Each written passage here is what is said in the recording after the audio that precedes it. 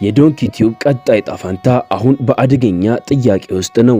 እንደ እሸቱ መለሰ ገለጻ ዶንኪ ቲዩብ ለመዝጋት በጣም ተቃርቧል እና አሁን ለመዝጋት ከመድረሳችን በፊት እርዳታ እንዲደረግለት ጥሪ አቅርቧል።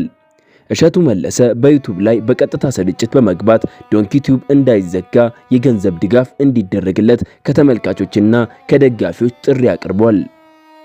ከመዝጋታችን በፊት እባካችሁ እርዱን የሚለው መልእክት በብዙዎች ዘንድ ትኩረትን ስቧል።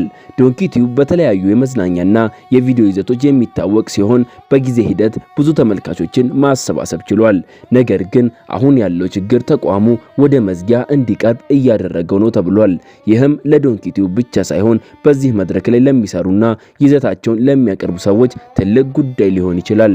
በቀጥታ ስርጭቱ ላይ እሸቱ መለሰ የዶንኪ ቲዩብ እንዲቀጥል የሚያስፈልገውን ድጋፍ ከህዝቡ እንዲያገኝ በመጠየቅ ላይ ይገኛል።